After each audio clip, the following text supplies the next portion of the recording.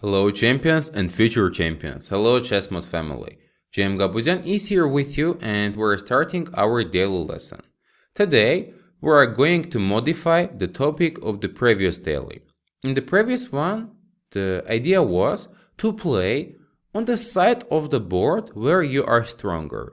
If you haven't seen it, check it out please, and already you will understand what's going on in this one. Today we are going to play not on the side where we have advantage, but on the side when opponent has a weak position.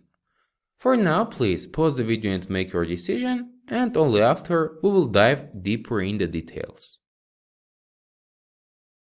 Why I was saying that today we're not going to play on the side where we are stronger, because in examples we get positions when we are not having any concrete strength on any side of the board. For example, now, white is not stronger on the queen side. We have very similar pawn structure. In the center, white is not stronger. We don't have many pieces. On the queen side, white is also not stronger. But the thing is, on the queen side, black is weaker. They have a spoiled pawn chain. And this sounds like a great idea to bother these pawns and slowly become stronger on the queen side. Now, we need to get access to a5 and c7 pawns, which are weakened because two pawn islands are here. And white now plays queen d2. Our idea is to go queen a5 and get a very active piece here. If black is pushing now pawn a5 and trying to get rid of this weakness, white goes a4. We fix this weakness, and all the time rook on a8 is stuck to this pawn protection. In other words, when we're fighting for the e-file, black cannot include this rook. That's why, after queen d2, black is playing c5, and now we go queen a5. Already, we're getting a queen on the side where opponent has a weakness. After c6, white can go rook to e1 and fight for the open line, but also it's reasonable to make more pressure on the weaknesses. White can go a3, and after rook f8, b4 move now. If black is not taking, we are going to take on c5 and win the pawn. That's why black has to take. We take on b4, and now we opened up the a file as well. Two pawn weaknesses are fixed, and white is getting a very nice game on the queen side. Now let's go ahead and see another example. This is the second position, and again, we need to figure out on which side of the board black is weaker and how are we going to build our game. Pause the video and make your decision. Even though now we have some activity on the queen side, black can also play knight d7, if necessary rook b8 and protect the weaknesses.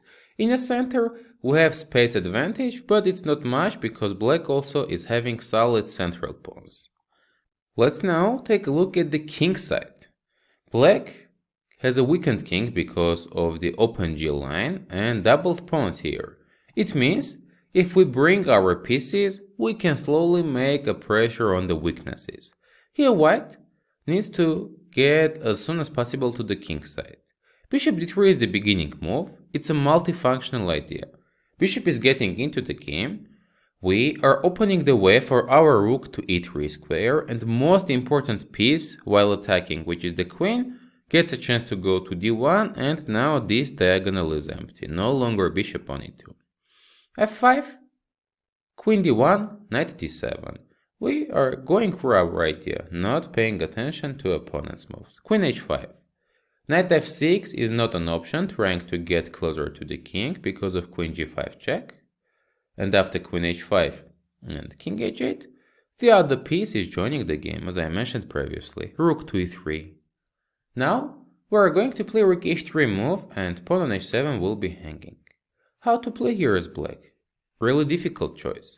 If trying to go knight f6, we have queen h4. We are attacking the knight, and now move like knight g4 is losing because of rook h3 and attacking on h7.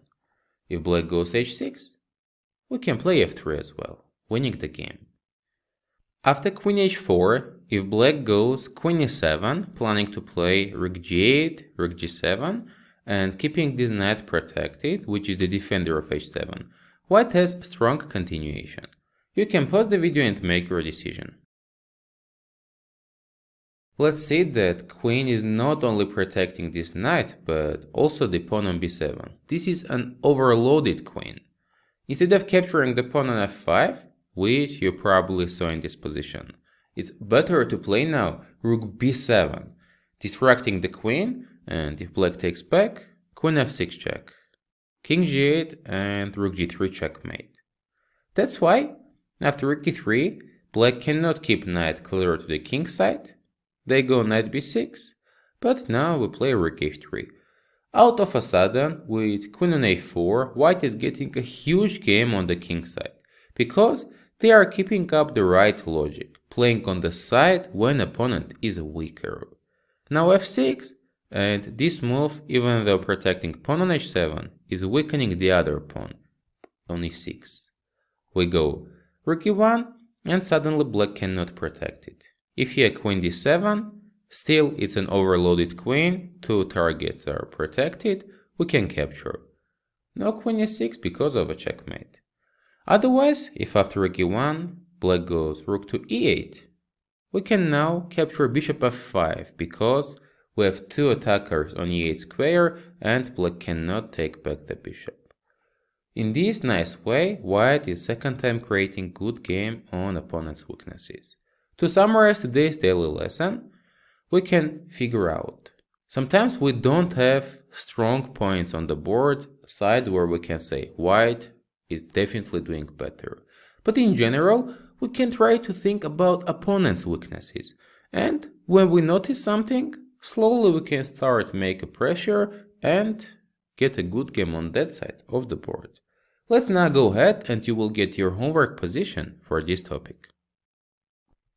Here is white to move.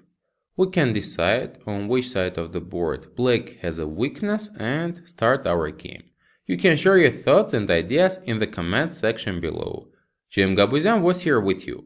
Thank you for your subscriptions, likes and sharing this video with your friends. We appreciate it a lot.